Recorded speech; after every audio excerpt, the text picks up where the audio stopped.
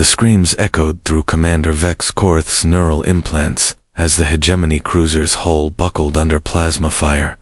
Another human colony, another massacre, another failure carved into his scarred consciousness. He'd watched 17 worlds burn in 3 years, each one stripping away another layer of the idealism that once drove him to join the Terran Defense Corps. "Sir, incoming transmission from Nexus Prime." His aide's voice cut through the phantom sounds of dying colonists. Vex didn't turn from the viewport, where debris from New Cascadia drifted like metallic snow against the void. "Tell them we're too late again."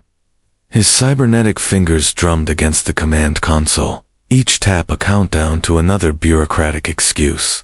Another strategic withdrawal, another world left to die. The aide hesitated. "Sir, it's not about the colony. There's been a breakthrough at the Xenolinguistics Institute. They're requesting your immediate presence." Vex's laugh was bitter chrome against his throat. What could those academic fantasists possibly want with a war criminal like me? But orders were orders, even for the man they called the Butcher of Kepler Station. Vex's reputation preceded him through the sterile corridors of Nexus Prime's research district, whispers of the commander who'd glassed an entire moon to stop a hegemony advance, trading civilian lives for strategic advantage. The scientists parted before him like frightened birds, their idealistic chatter dying in his presence. Dr. Naya Stellarwind was different. When Vex entered her laboratory, she didn't flinch or avert her gaze. Instead, she looked directly at him with eyes that held the deep blue of unexplored nebulae, unmarked by the cynicism that had eaten away at his soul like cosmic radiation. "Commander Korath," she said, rising from a console covered in alien symbols that seemed to shift and writhe when he wasn't looking directly at them. "Thank you for coming. I know this isn't exactly your area of expertise." "My expertise is killing things efficiently," Vex replied, his voice carrying the weight of 1,000 tactical decisions. "Unless you've discovered a new way to do that, I'm not sure why I'm here." Naya's smile was like starlight breaking through the event horizon of a black hole. "Actually, I think I've discovered something that might make killing unnecessary. We've been approaching first contact all wrong, Commander. We've been thinking like conquerors when we should be thinking like explorers." She gestured to the alien artifact hovering in a containment field, a crystalline structure that pulsed with inner light, beautiful and incomprehensible. "This was recovered from the hegemony's latest attack on New Cascadia, but it's not a weapon. It's a message, a plea for understanding." Vex studied the artifact, his tactical mind automatically cataloging potential threats, weak points, exploitation vectors. The hegemony doesn't negotiate. They consume. I've seen the aftermath of their understanding on 17 worlds. That's where you're wrong. Naya's voice carried absolute conviction. "The hegemony isn't evil, Commander. They're terrified.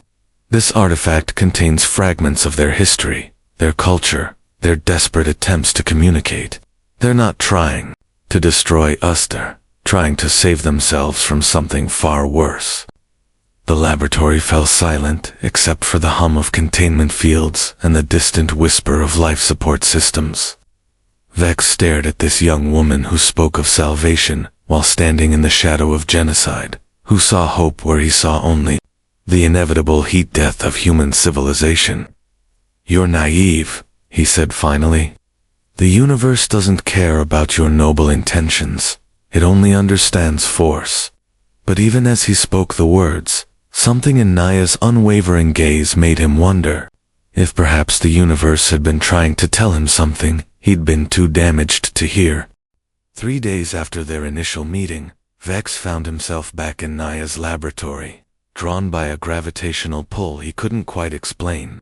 The alien artifact had been joined by dozens of others, each one humming with the same otherworldly resonance that seemed to bypass his cybernetic filters and speak directly to something organic and forgotten deep in his chest. "You came back," Naya said, without looking up from her translation matrix. Her fingers danced over holographic interfaces, with the same precision Vex used to coordinate orbital bombardments. But where his skills dealt death, hers sought understanding. I was ordered to provide security consultation. He lied smoothly. The brass is concerned about potential xenobiological threats. This time, Naya did look up, and her smile was gentle enough to crack armor plating. Of course they are, because the only response to the unknown is to assume it wants to hurt us. She activated a new display, and suddenly the laboratory filled with the ghostly projections of hegemony being stall. Graceful creatures with 4 arms, and faces that reminded Vex uncomfortably of classical human sculptures. But their movements spoke of desperation, not aggression. I've been working around the clock to decode their primary communication protocols, Naya explained, her excitement palpable. Commander, they're refugees. Their entire species is fleeing something they call the silent hunger, some kind of extra-dimensional predator that consumes not just matter, but the very concept of existence itself. Vex's tactical mind immediately began calculating implications. If that's true, then every world they've conquered was actually a desperate attempt to evacuate populations before the silent hunger could find them. Naya's voice carried the weight of revelation. They weren't attacking our colonies, Commander. They were trying to save them. The holographic hegemony figures continued their silent dance of desperation, and Vex felt something crack in the fortress of cynicism he'd built around his heart. How many ships had he destroyed? How many beings had he killed while they were trying to rescue human civilians? Show me the tactical data, he said quietly. For the next 6 hours, Naya walked him through intercept patterns, communication attempts, and evacuation protocols that had been misinterpreted as invasion tactics. Every piece of evidence pointed to the same devastating conclusion. Humanity had been fighting the wrong war against the wrong enemy. There's more, Naya said, as local time approached 0000 hours. The artifacts contained star charts showing the silent hunger's approach vector. At its current rate of consumption, it will reach this sector in less than 2 years. Vex stared at the projection, showing a spreading zone of absolute nothingness, darkness, but the complete absence of space-time itself. How do we fight something like that? We don't fight it, Naya said simply. We run, together. The hegemony has been building evacuation ships for centuries, but they need our help to complete the fleet. Human manufacturing capabilities, combined with their advanced propulsion technology, could save both our species. The laboratory fell silent, except for the soft hum of alien technology and the beating of 2 hearts that had found themselves on the edge of an impossible hope. Vex looked at this young woman who saw salvation in the face of cosmic horror, who believed in cooperation where he saw only inevitable betrayal. Even if you're right, he said carefully, even if the hegemony really wants to help us, how do we convince 2 species that have been trying to kill each other for 3 years to suddenly work together? Naya's smile was like watching a star being born. We start with 1 person at a time, Commander, and we show them that sometimes the greatest act of courage isn't knowing how to fight, it's knowing when to stop. The emergency session of the Terran Defense Council convened at 0800 hours, and Vex had never felt more alone in a room full of people. Admiral Kestrel Voidhawk presided over the gathering with the same stone-faced determination that had won humanity a dozen Pyrrhic victories, while General Raven Ironclad's cybernetic I-word, as it focused on the data packets, spread across the holographic table. Let me understand this correctly. Commander Admiral Voidhawk's voice could have frozen helium. You're suggesting we halt all defensive operations and open communication channels with an enemy that has killed 17 million human civilians. Vex stood at attention, but his thoughts were with Naya, who waited in a holding cell 3 levels, bellow-arrested for treason the moment she'd tried to broadcast a message of peace to the approaching hegemony fleet. The data is conclusive, Admiral. Every engagement we've analyzed shows evacuation patterns, not attack formations. The hegemony isn't our enemy. The hegemony murdered my daughter on Kepler Station. General Ironclad's voice was quiet steel. Are you telling me she died for a misunderstanding? The question hit Vex like a mass driver round.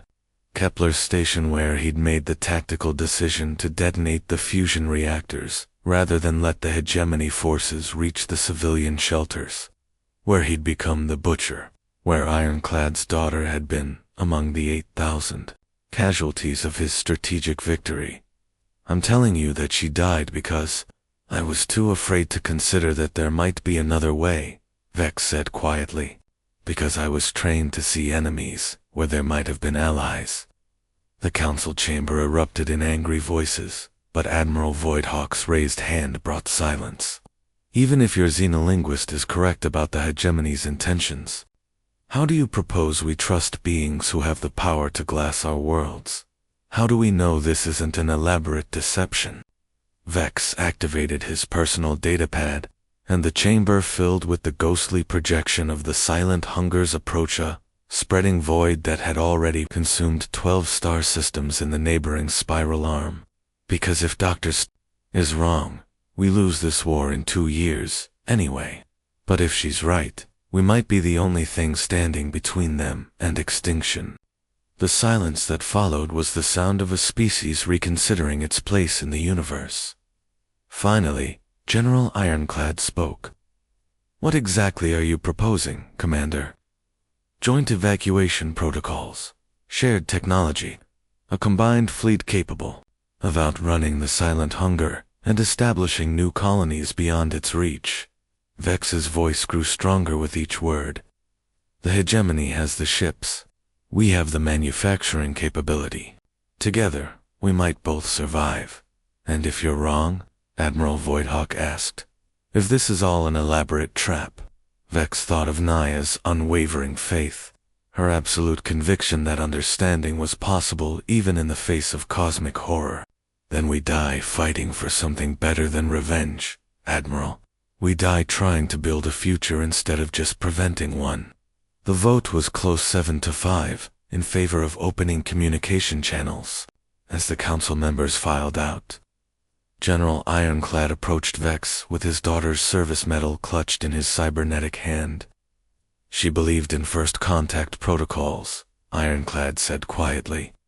Used to say that the universe was too big and too strange for us to be alone in it. Maybe ... Maybe she would have wanted us to try. 2 hours later, Vex stood in Naya's cell as she prepared the first official communication to the hegemony fleet. Her hands trembled slightly as she activated the translation matrix, but her voice was steady as starlight. This is Dr. Naya Stellawind of the Terran Research Institute, broadcasting on all frequencies to the approaching hegemony vessels. We have decoded your messages. We understand your situation, and we want to help. The response came within minutes. Complex harmonic sequence that made the laboratory's instruments sing like a choir of angels. When the translation matrix processed it, the message was simple. Finally, we have been waiting so long for someone to hear us. Vex felt something shift in his chest, like tectonic plates realigning after a long dormant earthquake. For the first time in 3 years, he allowed himself to believe that maybe the universe wasn't just a dark forest where every shadow hid a predator. Maybe it was a place where two species could find each other in the vastness and choose cooperation over conquest.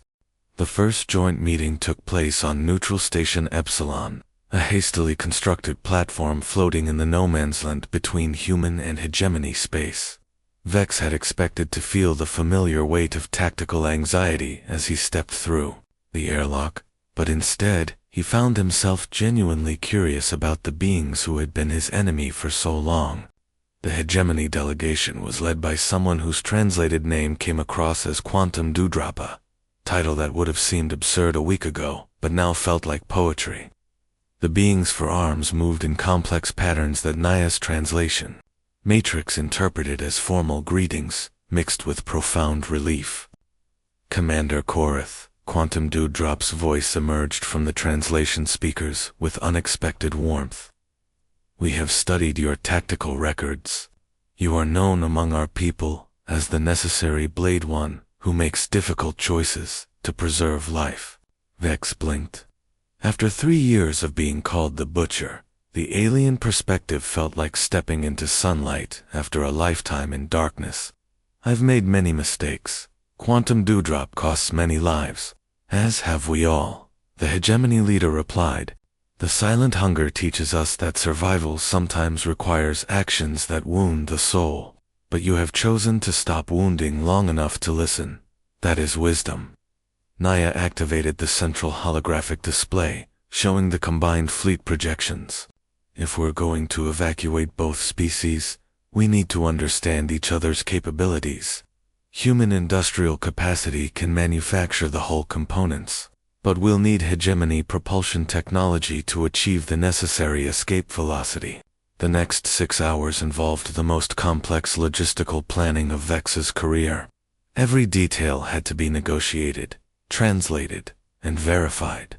Evacuation priorities, resource allocation, defensive protocols for protecting the construction sites was like choreographing a dance between two civilizations that had never learned to move in harmony. The silent hunger will reach the outer colonies in 18 months. Quantum Dewdrop explained, manipulating a three-dimensional star chart with fluid grace. We have identified 3 potential escape vectors, but each requires a different fleet configuration. Vex studied the projections with his tactical mind fully engaged, but now he was planning for salvation instead of destruction.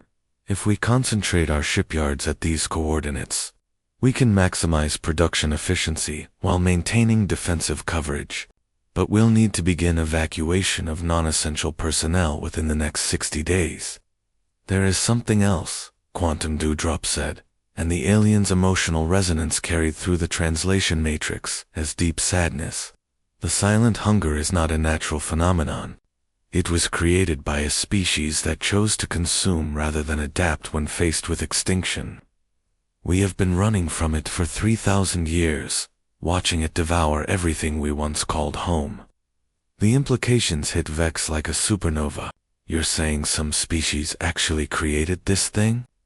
They called themselves the First Necessity. Naya, translated as Quantum Dewdrops for arms, formed a complex pattern of mourning. They believed that existence itself was a finite resource, and that only the strongest deserved to survive. In their attempt to preserve themselves, they became something that could only exist by destroying everything else. Vex felt a chill that had nothing to do with the station's life support systems, and now it's coming for all of us.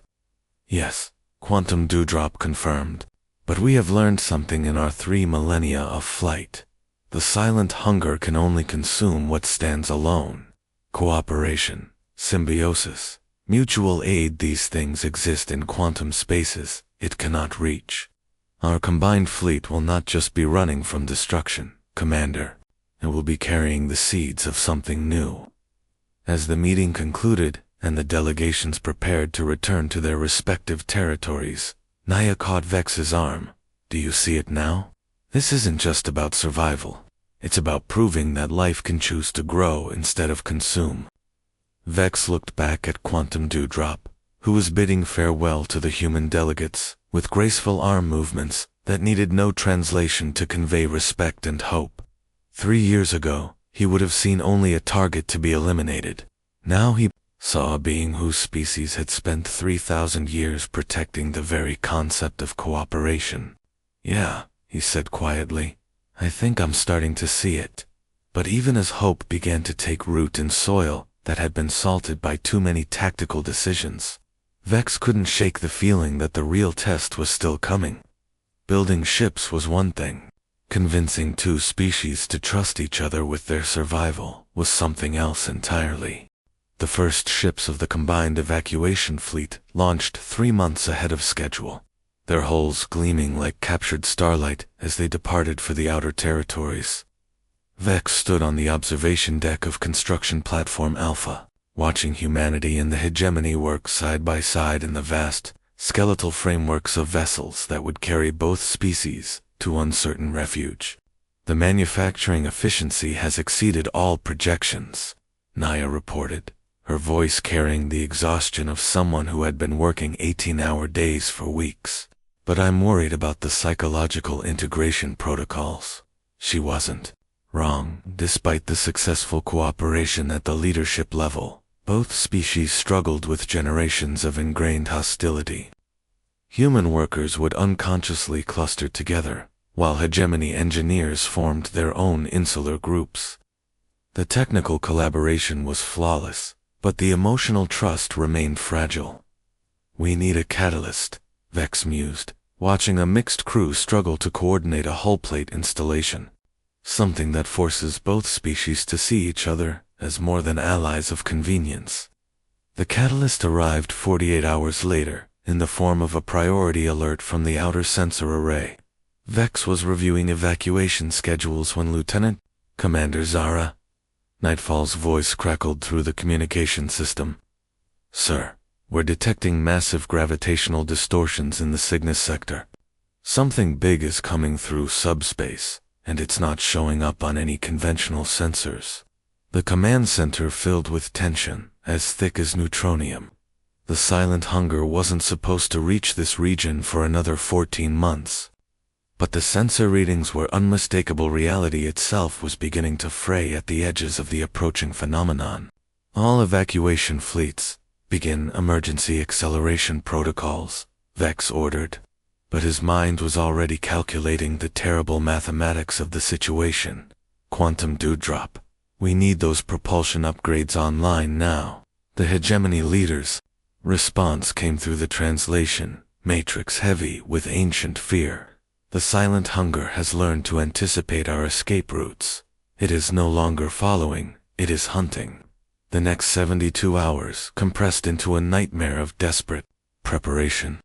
Both species threw every resource into completing the evacuation fleet, but even as the last ships rolled out of the construction bays, everyone knew they were racing against something that existed outside the normal constraints of space and time. The first contact with the silent hunger came through the outer colony of New Meridian. The distress calls lasted exactly 7 minutes before cutting off, not with the sharp finality of destroyed communications, but with the gradually fading silence of something being slowly erased from existence. It's not just destroying the colonies, Naya whispered as she analyzed the final transmissions. It's removing them from the timeline. The people who lived there, ... they never existed. Vex stared at the sensor readings that showed an expanding zone of absolute nothingness where New Meridian had been. How do you fight something that can edit reality? You don't fight it, Quantum Dewdrop said, appearing on the command deck. With fluid grace, you become something it cannot digest. The first necessity could only consume individual existence, singular consciousness. But cooperative consciousness, shared identities, things exist in quantum superposition. The hegemony leaders for arms began moving in complex patterns as they activated a device that looked like crystallized music. This is why our species must truly unite, not just cooperate. The silent hunger feeds on separation, on the spaces between minds. If we can create a genuine collective consciousness, we become invisible to it. Naya finished, her eyes bright with the fierce joy of discovery. The evacuation fleet isn't just carrying refugees, carrying the components of a new form of existence. The final evacuation began as the silent hunger reached the inner colonies. Vex watched from the command ship as both species loaded their most precious cargo, not just people and supplies, but cultural artifacts, genetic banks, historical records, art, music, and dreams. Everything that made existence meaningful instead of merely functional. As the massive fleet achieved escape velocity, something unprecedented happened. Human and hegemony crew members, faced with the absolute necessity of survival, began to share consciousness through the alien quantum interfaces. The boundaries between species, between individual minds, began to blur and merge. Vex felt it happening to himself, his cynicism and tactical hardness, softening as it integrated with night. boundless optimism and quantum dewdrops, ancient wisdom. He was still himself, but he was also more than himself, part of something larger and more resilient than any individual consciousness could be. Behind them, the silent hunger continued its patient consumption of empty space, where thriving worlds had once existed. But ahead lay uncharted regions, where a new form of life could take root, one that existed in the spaces between minds, in the harmony between different ways of being. 5 years after the Great Evacuation, the combined fleet hung in the vast darkness between galaxies, a constellation of ships carrying the last remnants of two civilizations that had learned to become something new. Vex stood in the observation dome of the flagship Synthesis, watching construction crews from both species work together to assemble the first permanent habitat rings. The quantum consciousness network had evolved beyond anyone's initial projections. Individual identity remained intact, but it now existed as part of a larger symphony of shared experience. Vex could feel Naya's wonder as she catalogued new stellar phenomena, quantum dewdrops' ancient patience as they guided the fleet through gravitational hazards, and the collective hope of millions of beings who had chosen cooperation over consumption.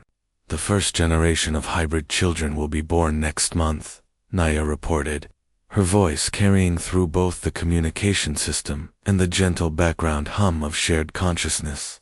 They're showing neural patterns we've never seen before, as if they're naturally adapted for collective awareness. Vex nodded, watching human and hegemony engineers teach each other techniques that neither species could have developed alone. Any word from the deep space sensors about the silent hunger? It's still out there, Quantum Dewdrop confirmed, their four arms moving in patterns that conveyed both vigilance and peace. But our projections suggest it cannot follow us into intergalactic space. The quantum density is too low to sustain its existence. The irony wasn't lost on Vex. The vast emptiness between galaxies, once the most terrifying concept in astrophysics, had become their salvation. In the spaces where individual matter was sparse, collective consciousness could flourish without the risk of being consumed by something that fed on separation. There's something else, Naya said, activating a holographic display that showed long-range sensor readings. We're not alone out here. I've been detecting quantum signatures that suggest other species have made similar journeys. Refugees from other regions where the silent hunger passed. The implications were staggering. Across the universe, civilizations might have been making the same desperate choice, abandoning their home galaxies to preserve not just life, but the very concept of cooperative existence. In the vast darkness between stars, a new form of galactic civilization might be taking root over the following months. Contact protocols were established with 3 other refugee fleets. Each carried different species with different cultural approaches to collective consciousness. But all had made the same fundamental choice: growth over consumption, cooperation over conquest, synthesis over separation. Vex found himself leading the diplomatic missions to these other fleets, his former skills as a tactical commander now repurposed for building bridges between civilizations. The cynicism that had once defined him had been transformed into wisdom. He could still see the potential for conflict, but now he used that insight to prevent it rather than exploit it. You know what the strangest thing is? Vex said to Naya, as they stood together in the observation dome, watching their children play in the low-gravity sections, human and hegemony, young ones learning to share consciousness as naturally as breathing. I spent so many years believing that the universe was a dark forest where everyone was either predator or prey. Naya's smile was like watching a nebula bloom into stellar nursery. And now I think maybe the universe is actually a garden, Vex replied, feeling the gentle presence of thousands of minds that had chosen to grow together rather than consume each other. And we're all just learning how to tend it properly. The synthesis continued its journey through the cosmic deep, carrying its precious cargo of cooperation toward distant galaxies where new worlds could be born. Behind them, the silent hunger continued its patient consumption of everything that stood alone. But ahead lay infinite possibilities for civilizations that had learned the most fundamental truth of existence, that life's greatest strength lay not in its ability to survive, but in its capacity to thrive through connection. In the end, Vex realized Naya's innocence hadn't shattered his cynicism, had transformed it into something far more powerful. Hope tempered by wisdom, idealism strengthened by experience, and love deep enough to encompass not just individuals, but entire ways of being. The stars were vast and strange, but they were no longer empty. In the spaces between galaxies, a new form of life was writing itself across the cosmic dark. One shared dream at a time, thought the end. Her innocence shattered his cynicism. A story about how the greatest victories are won not through superior firepower, but through the courage to stop fighting long enough to listen. In the vast darkness between stars, humanity and its allies discovered that the universe's greatest truth was not survival of the fittest, but survival of the most cooperative.